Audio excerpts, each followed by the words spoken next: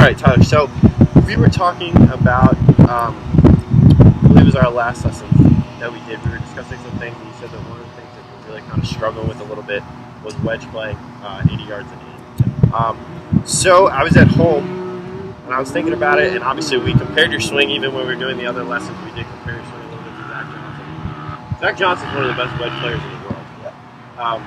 And a lot of your similarities in the swings are what makes him a great wedge player. So I was doing a little research. I was watching a lot of Zach Johnson videos. I was reading some articles, things like that. So obviously, Tyler's situation, we have a very strong grip. And what Zach does is when he hits wedge shots, a lot of times he doesn't hit full wedge shots a lot. A lot of it is more kind of knockdown shots, which is I think I want to make you transition into a bit more. He's not very risky. He kind of gets back, he sets it, and he holds it off. And so the big thing with him is he brings the club head from a very, very inside angle and holds the face open. So that's what makes him as consistent as he is, because he does that every time no matter what kind of shot he's hitting. So that enables him to hit not only high, he doesn't really hit high soft wedges a lot.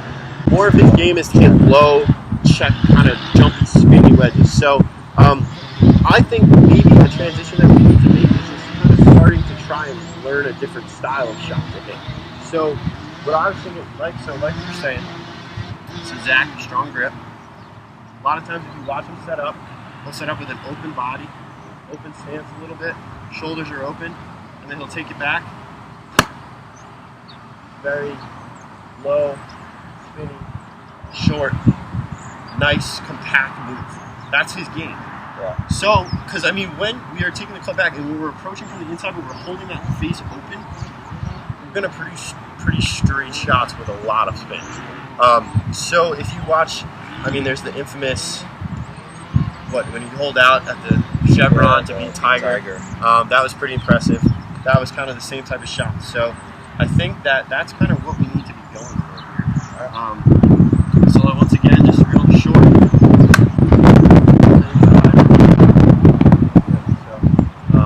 He could work the ball off the end of the range. So real quick, I'm going to tell Tyler, I'm going to kind of present to him what I think the easiest way for him to start hitting a cut would be. So if you just want to hop up there real quick, set up to that golf ball for me like you normally would. So obviously one thing that we discussed is Tyler has a pretty unique grip. It's very strong, which leads to a pretty flat takeaway. So what I'm going to do here is place an alignment rod kind of into the mat to give Tyler the sensation that he cannot be so flat on his takeaway. This is a really simple thing. So due to his positions that he puts himself in with his takeaway, having such a flat backswing leads to a very inside angle of attack, open club face, produces that push draw that we see all the time. You can watch it by just watching his swing. You know what was going to happen. You can see the ball flight. You know what's going to happen. So the easiest thing for me as a teacher to explain to Tyler the way to correct this would be, one, we're going to try and get our swing plane a little bit more upright. And the easiest way to do that is I want you to set up to the ball now. So obviously we have this guy behind you. I just want you to take it back just real quick, not a full swing. We're not going to hit the ball, but just get the feel for that. So that definitely is more upright than you usually are, correct? Yeah. Okay, good. So another simple thing that I like to show to my students is you could stand, address the ball, please. Now, one reason that Tyler's takeaway is very flat, obviously it's due to his grip, but also his takeaway gets very severe. Is it okay if I touch your hand? Yeah. So he tends to bring the club back toward his hip very quickly. So one thing that I like to do is I would just stand out here basically, holding my hand out as if I had a baseball glove on, and just say, Tyler, I want you to bring the club to my hand. Good. So obviously that's going to way exaggerate what we're actually doing. Yeah. But if we way exaggerate it compared to what you actually do, we're going to land somewhere in the middle, which is where we want to be. So just real quick, set up to it. We're not going to hit it. I just want you to get that sensation that if you're coming back toward my hand. Good. Okay, great.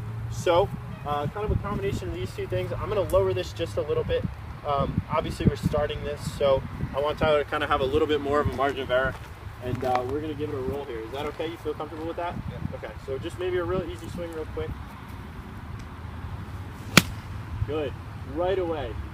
not only are we seeing a ball that starts a little more closer to the target line, not as much of a push, but also less severity of a draw. So just watching the ball flight there was maybe a shot that started 5 yards right of his target line with a draw that came back 5 yards. It was, a perfect push draw for what we're looking at. So just by placing that rod there, we were able to kind of alleviate one of the major things that was causing that problem. So what I'm going to do is raise this just a touch.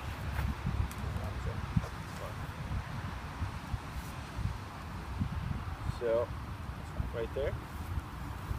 Now obviously this is a very different sensation for Tyler that he's not used to. I know it's not something that you're used to, but so right there we ticked it on the way back. So obviously, like I said, this is going to be, we're trying to give him a bit of a margin of error. This is two drastic ends of the spectrum for him. Because he's used to hitting a high draw, we're trying to get him to work the ball the other way a significant amount. So it's okay. So I'm going to do the sensation again where I'm going to put my hand back here, and I want you to feel as though you're taking the club head back toward my hand. Good. So it's going to feel like you're taking it way outside. But obviously what we're wanting to do to create this ball flight is as we come into the ball, if you want to stand over it again, we're going to want our path to be across. So right now, what we're looking at is what we're normally doing. You can pull the club away. What we're normally doing is coming from the inside with it here. Let me see the club right here. With an open club face. So as we're coming in, club face is wide open. We're from the inside. We're going to push it out, and it's going to come back. If we can get it going the other way, from outside to in with a club face that's square, it's going to start kind of more to the left and then come back. So that's what we're trying to do here. I don't want you to hit it. I just want